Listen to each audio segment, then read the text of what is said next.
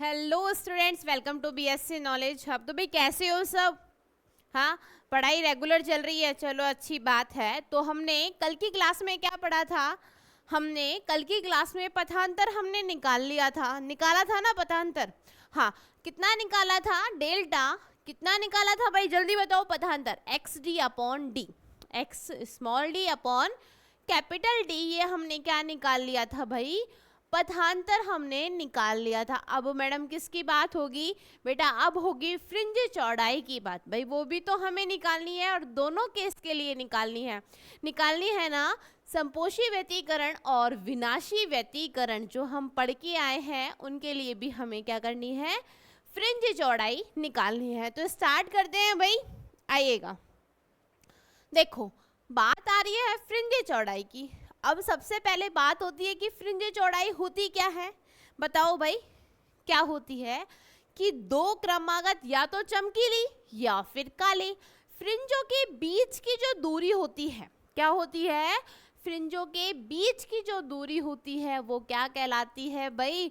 Fringe चौड़ाई कहलाती है। तो वापस से एक बार रिपीट करिएगा मेरे साथ साथ कि दो क्रमागत चमकीली या दो क्रमागत काले फ्रिंजों के बीच की दूरी क्या कहलाती है? फ्रिंज चौड़ाई कहलाती है। और इसे हम किससे रिप्रेजेंट करते हैं भाई? बीटा से रिप्रेजेंट करते हैं। सबसे पहली बात किससे? बीटा से, ठीक है। तो करें आगे स्टार्ट। अरे तैयार हो? जोश मीटर फुल है सबका? चलो तो स्टार्ट करते हैं। लिखिएगा भाई कि दो क्रमागत चमकीली या फिर काली, ठीक है, समझ में आ रहा है? फ्रिंजों के मध्य की दूरी को क्या कहते हैं भाई? फ्रिंज चौड़ाई कहते हैं।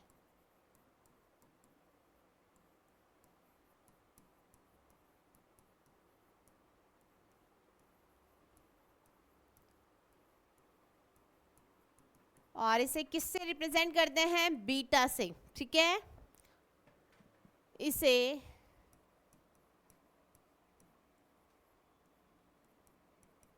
बीटा द्वारा प्रदर्शित किया जाता है।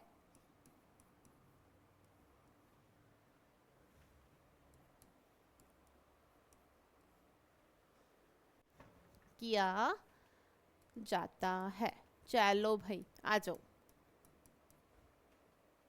ठीक है। दो काली और दो चमकीली फ्रिंजों के बीच की दूरी। तो बात करें फ्रिंज चौड़ाई की, कैसे बात करें? आ जाओ भाई।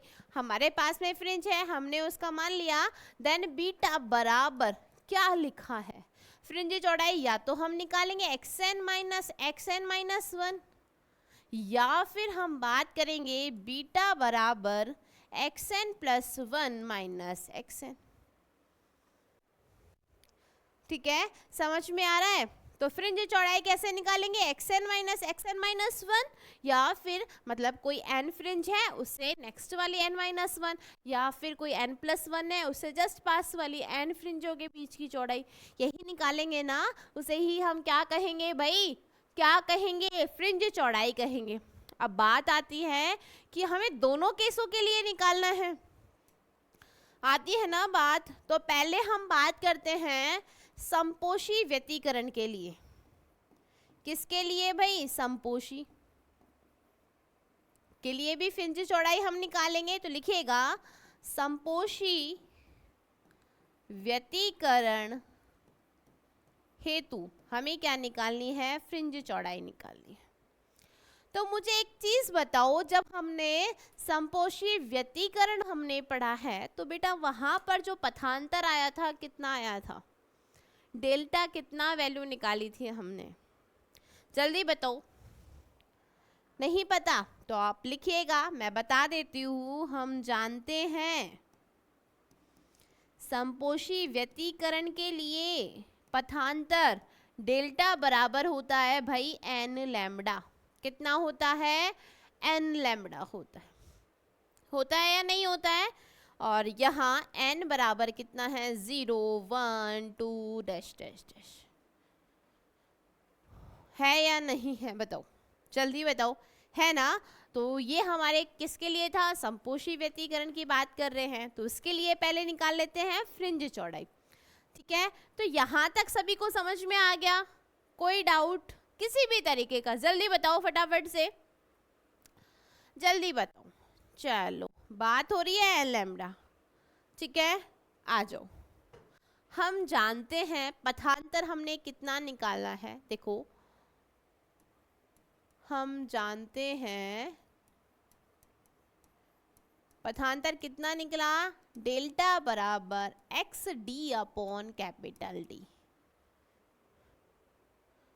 ठीक है, समझ में आया। तो इक्वेशन दे देते हैं कुछ भी यहाँ पर। वो लास्ट इक्वेशन क्या दी थी आपने, 4 5 कौन सी दी थी, नहीं पता, चलो कोई बात नहीं, स्टार्टिंग से कर देते हैं स्मॉल 1। ठीक है, दे दीजिएगा। तो समीकरण अपने हिसाब से दे लेना, लास्ट इक्वेशन कौन सी है।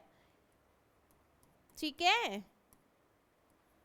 चलो भाई क्या करना है, डेल्टा की वैल्यू रखेंगे अपॉन डी बराबर कितना था एन लैम्बडा। तो हमें निकालना क्या है एक्चुअल में, x की वैल्यू यहाँ से निकालनी है। क्या निकालनी है, x की वैल्यू हमें यहाँ पर निकालनी है, तो निकाल दो भाई, आ जाओ। x बराबर कितना जाएगा, n lambda d upon small d। क्या यही होगा या नहीं होगा, बताओ भाई, होगा या नहीं होगा। ठीक है, तो अब बात करते हैं भाई, फ्रिंज निकालनी है, फ्रिंज की चौड़ाई निकालनी है, तो यहाँ पहले किसकी बात करते हैं, एनवी फ्रिंज।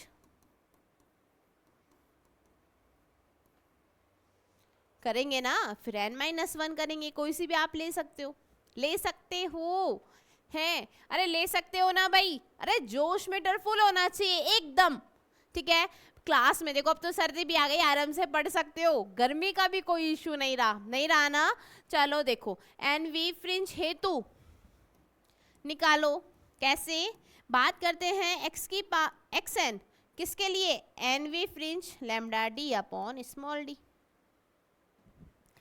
ठीक है भाई, चलो अब किसकी बात होगी, दूसरी होगी n-1 वी फ्रिंज की, n-1 वी फ्रिंज की। चलो भाई लिखो, कितना आएगा, x n-1 वे फ्रिंज निकालने के लिए हमने क्या किया है, n की जगह कितना आ जाएगा भाई, n-1 आ जाएगा, कितना n-1 और lambda d upon small d। ठीक है एकदम, कोई दिक्कत यहाँ तक, अरे बताओ भाई। चलो इतना समझ में आ गया। अब क्या करना है, हमने एक इक्वेशन मानी है ये, तो इसको 8 दे दो। ठीक है, तो लिखेगा एक्स एन व एक्स n-1 का मान समीकरण ए में रखने पर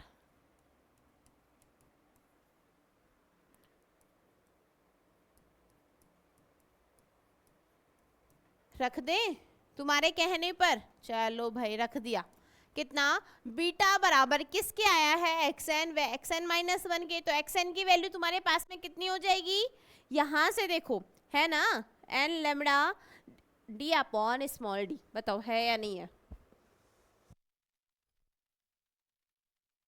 है या नहीं है, हाँ तो रखो भाई, n lambda small d minus कितना आ जाएगा, n-1 lambda d upon small d. Solve करो, चलो करते हैं, n lambda capital d upon small d minus, ये माइनस हुआ तो माइनस का n lambda d upon small d आ जाएगा, और माइनस माइनस प्लस होगा तो कितना जाएगा, lambda d upon small d आ जाएगा। अब देखो, ये प्लस का ये माइनस का आपस में क्या हो जाएंगे, कैंसिल आउट हो जाएंगे। तो यहाँ से बीटा कितना बचा है, lambda D upon small D. और ये किसके लिए फ्रिंज चौड़ाई आ गई है, संपोषी व्यतिकरण के लिए तुम्हारे पास में क्या आ गई है भाई, फ्रिंज चौड़ाई आ गई है। संपोषी व्यतिकरण में जो फ्रिंजें कैसे प्राप्त होती है, बताओ भाई कैसी प्राप्त होती है, चमकीली फ्रिंजें प्राप्त होती है। कैसी होती है, चमकीली फ्रिंजें प्राप्त होती है ना। तो लिखिएगा कौन सी इक्वेशन, इक्वेशन नंबर 3 दे दो, ठीक है। तो लिखिएगा समीकरण 3 चमकीली फ्रिंज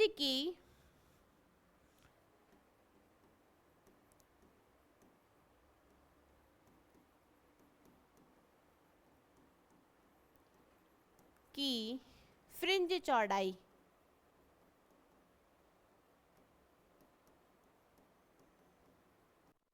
को व्यक्त करती है।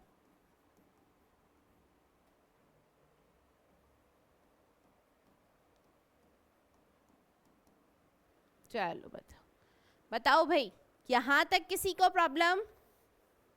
चलो तो हमने क्या निकाल लिया, संपोषी के लिए तो निकाल लिया, अब किसके लिए निकालेंगे, विनाशी के लिए भी तो निकालेंगे, हैं भाई। बताओ निकालोगे या नहीं निकालोगे, जल्दी बताओ, जोश में ठंडा नहीं होना चाहिए, एकदम फुल ऑन होना चाहिए। तो दूसरा किसके लिए, जल्दी बताओ। पहला हमने डाला, अब बात करते हैं दूसरा, विनाशी व्यतिकरण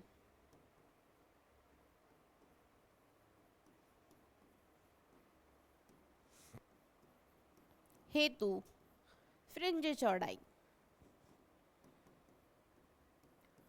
चलो भाई बताओ, अब विनाशी व्यतिकरण के लिए बात करेंगे। तो विनाशी व्यतिकरण तुमने पढ़ रखा है, संपोषी व्यतिकरण तुमने पढ़ रखा है। संपोषी व्यतिकरण से हमने पथांतर का मान रखा, पथांतर के मान से हमने वहां पर फ्रिंज चौड़ाई हमने निकाल ली है। अब ऐसा ही प्रोसेस सेम किसके लिए करेंगे, विनाशी व्यतिकरण के लिए करेंगे। अरे करेंगे या नहीं करेंगे, करेंगे ना, हाँ।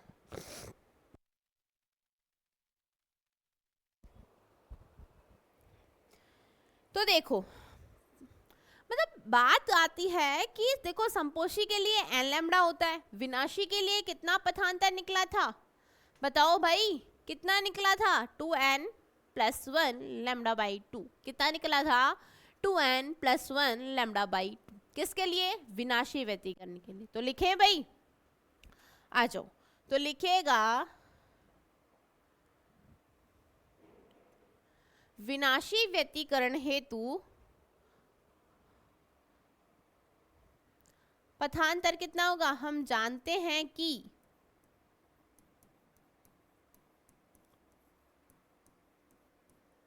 डेल्टा बराबर कितना होता है, 2n + 1 लैम्डा बाई 2। होता है या नहीं होता, जल्दी बताओ, होता है ना। चलो कौन सी इक्वेशन, इक्वेशन नंबर 3 थी, ये इक्वेशन नंबर 4 तुमने दे दी, ठीक है। चलो तो यहां पर n की वैल्यू वही है,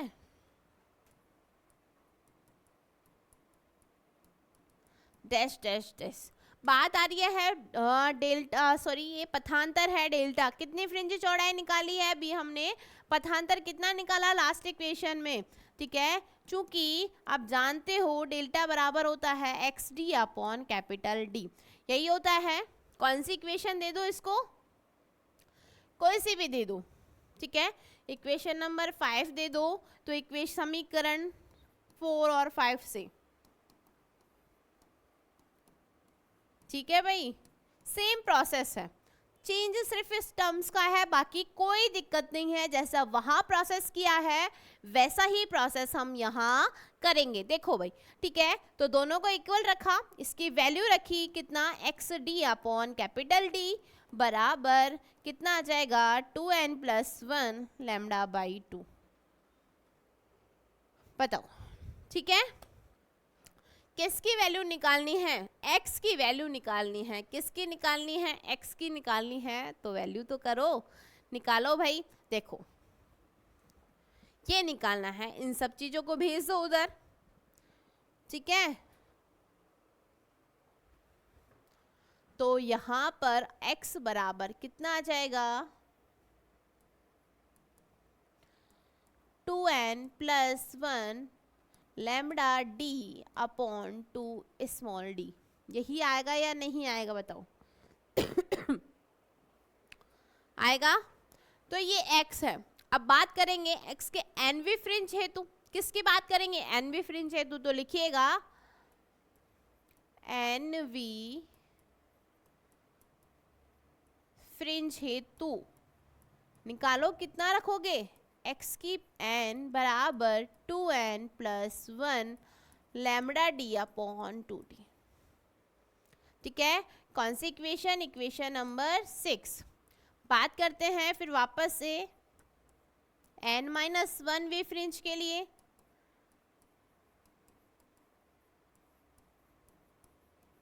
कितना निकलेगा बताओ? x n-1, n की जगह कितना आ जाएगा? n-1, ठीक है, प्लस 1 और कितना होगा? लैम्डा डी अपॉन 2d, ठीक है भाई। करो,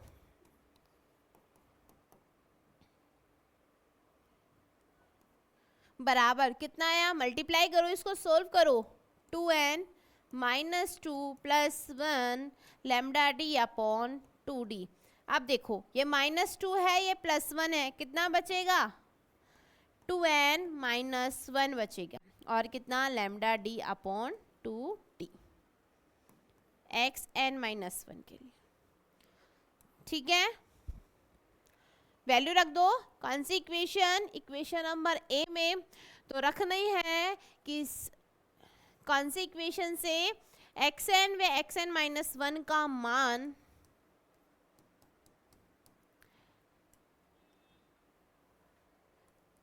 xn व xn-1 का मान समीकरण ए में रखने पर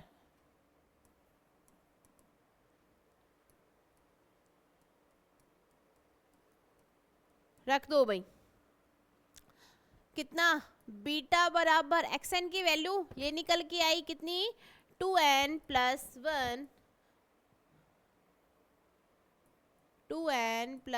1 लैम्डा डी अपॉन 2d, ठीक है। xn-1 की वैल्यू रखो, कितना आ जाएगा? 2n minus 1 lambda D upon कितना? 2d।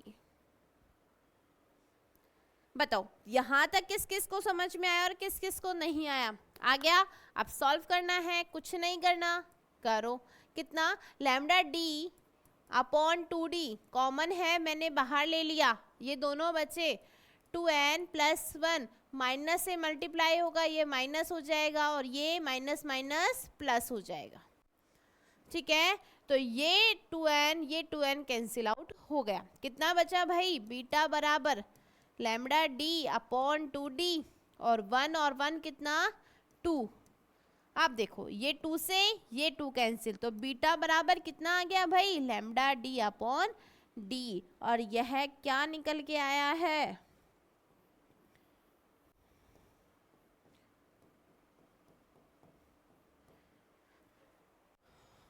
विनाशी व्यतिकरण हेतु फ्रिंज चौड़ाई।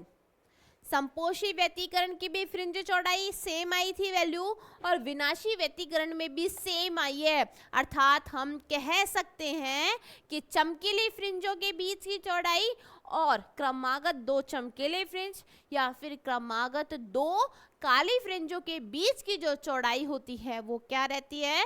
सेम ही रहती है। समझ में आया? बताओ भाई, आया समझ में? तो यहां पर एक लाइन लिखिएगा। क्या लिखोगे? कौन कौन सी इक्वेशन लास्ट में? कौन सी इक्वेशन थी? इक्वेशन नंबर 3 और इक्वेशन नंबर 8। समीकरण थर्ड व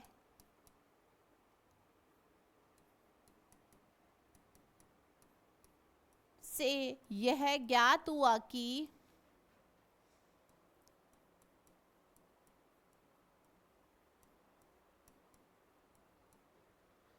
बताओ भाई, ज्ञात हुआ कि चमकीली और काले फ्रिंज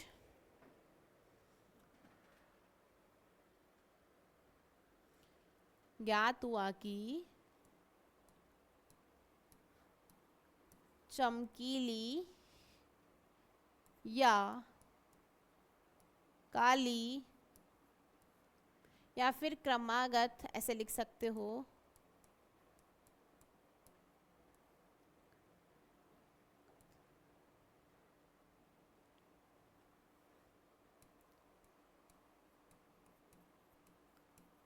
चमकीली काली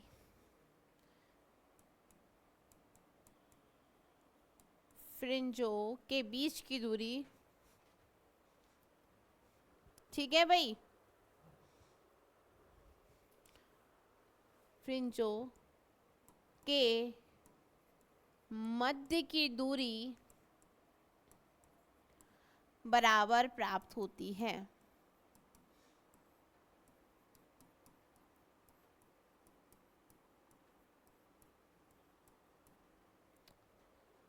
ठीक है, जैसे आप यहाँ बना भी सकते हो कि तुम्हारे पास में ये हो गई,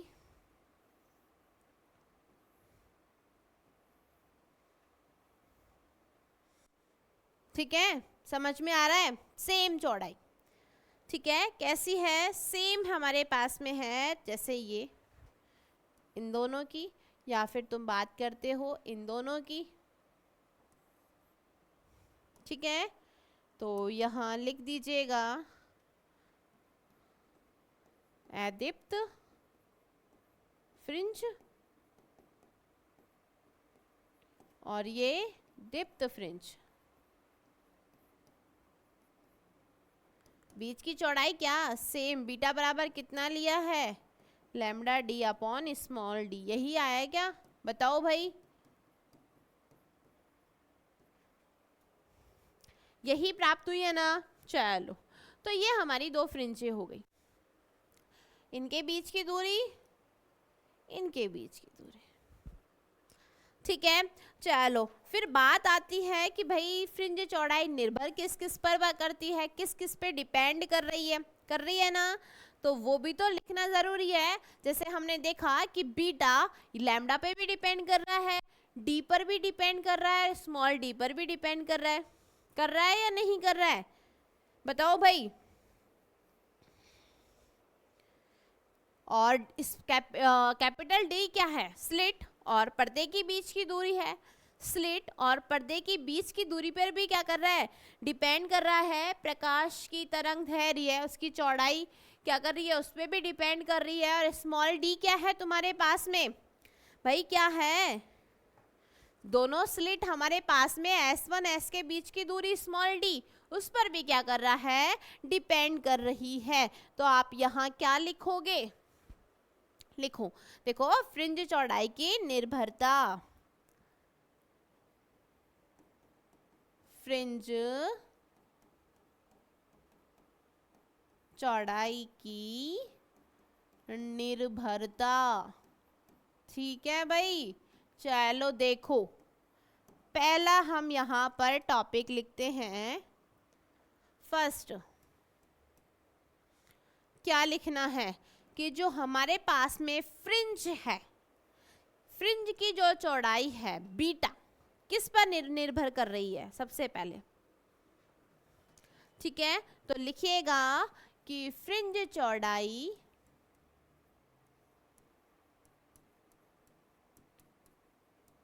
बीटा किस किस पर, स्लिट व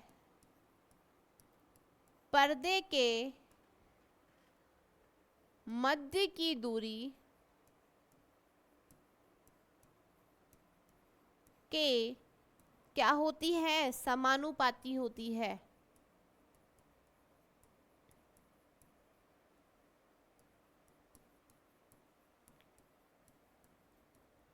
ठीक है, तो यहां से beta direct proportional to small capital d होगा या नहीं होगा भाई, बताओ जल्दी, होगा ना।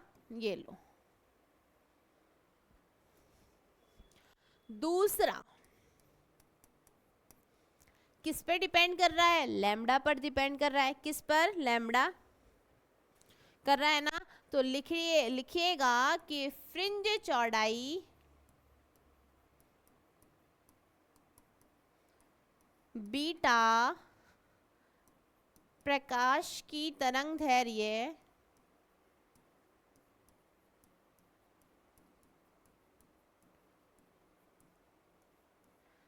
के समानुपाती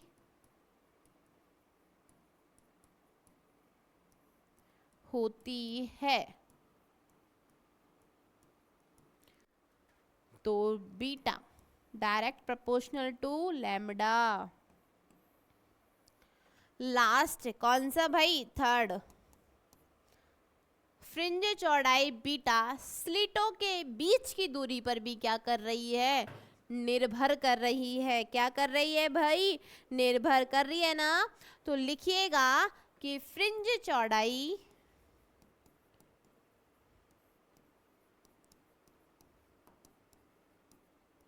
बीटा स्लिटों के मध्य की दूरी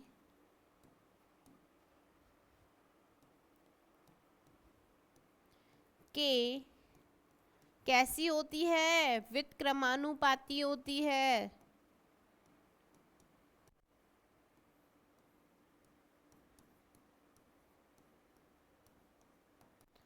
ठीक है, मतलब हम कह सकते हैं beta inversely proportional to small d. ठीक है भाई, समझ में आया। चलो, इतना तो समझ में आ गया होगा कि ये ऐसे ऐसे हो गया। लेकिन एक चीज बताऊं, हमने यंग का जो डबल स्लिट एक्सपेरिमेंट पढ़ा था, ठीक है, पढ़ा था ना, उसमें हमने अलग अलग कलर लिए लिए थे ना। यदि, ठीक है, हमने उसमें, लेकिन यदि मैं बात करूं यंग के डबल स्लिट प्रयोग में, यदि मैं श्वेत प्रकाश का, ठीक है, श्वेत प्रकाश का प्रयोग करती तो क्या होता, मेरे पास में जो फ्रिंज चौड़ाई है वो अलग अलग प्राप्त होती। क्यों प्राप्त होती, क्योंकि श्वेत प्रकाश में जितने भी हमारे पास में क्या हो रहते हैं, प्रत्येक प्रकाश जो अलग अलग है उसमें, उन सब की जो तरंग दैर्घ्य है वो क्या होती, अलग अलग होती। जब तरंग दैर्घ्य अलग अलग होती तो फ्रिंज चौड़ाई भी हमें कैसी प्राप्त होती भाई, अलग अलग ही प्राप्त होती। कैसी प्राप्त होती, अलग अलग ही प्राप्त होती, क्योंकि फ्रिंज चौड़ाई किस पर डिपेंड कर रही है, लैम्डा पर डिपेंड कर रही है। ठीक है भाई, समझ में आ रहा है। तो ये चीज लिखें, है भाई, तैयार हो, चलो तो लिखो, तैयार हो तो लिखो। यदि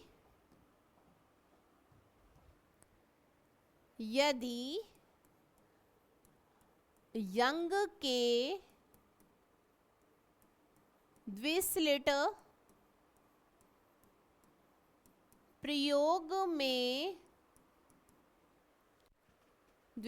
प्रयोग में श्वेत प्रकाश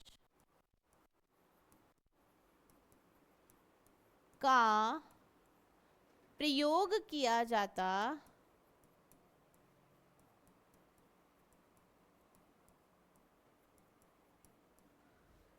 समझ में आ रहा है, हाँ भाई, किया जाता तो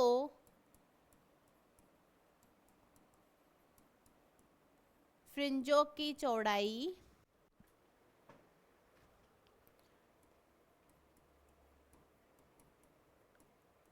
अलग अलग प्राप्त होती।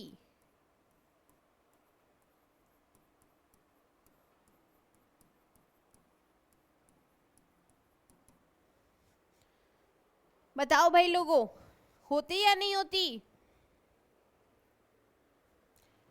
अलग अलग प्राप्त होती। अब होती क्यों होती वो भी तो हमें लिखना है, क्योंकि श्वेत प्रकाश में,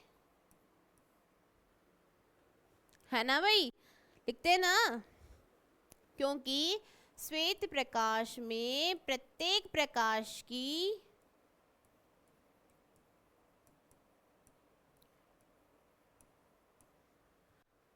प्रत्येक प्रकाश की तरंग दैर्घ्य,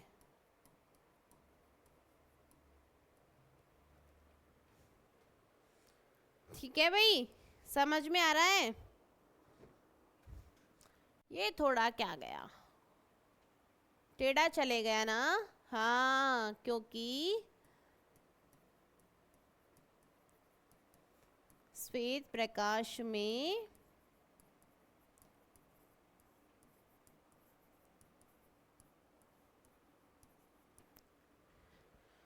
की तरंग दैर्घ्य अलग अलग प्राप्त होती, जिससे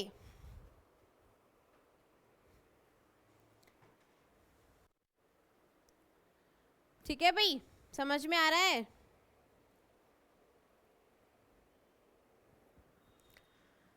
तरंग दैर्घ्य कैसी प्राप्त होती? अलग अलग प्राप्त होती, जिससे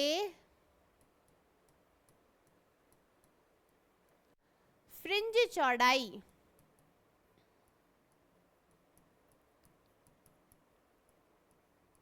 भी अलग अलग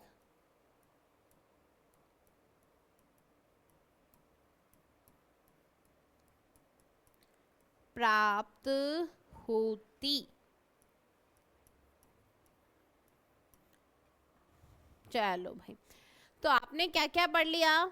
ये सब चीजें आपने पढ़ ली। सीधी सी बात है, बीटा लैम्डा पे डिपेंड कर रहा है, ठीक है। यदि लैम्डा श्वेत प्रकाश लेते हैं, उसके बीच में जो अलग अलग प्रकाश की अलग अलग तरंग दैर्घ्य होती, तो बीटा का मान भी हमारे पास में अलग अलग ही प्राप्त होता, ठीक है भाई। तो ये आज हमने क्या निकाला, संपोषी और विनाशी व्यतिकरण के लिए फ्रिंज चौड़ाई आपने निकाल ली, और किस किस पर डिपेंड कर रहा है वो भी हमने देख लिया, ठीक है भाई।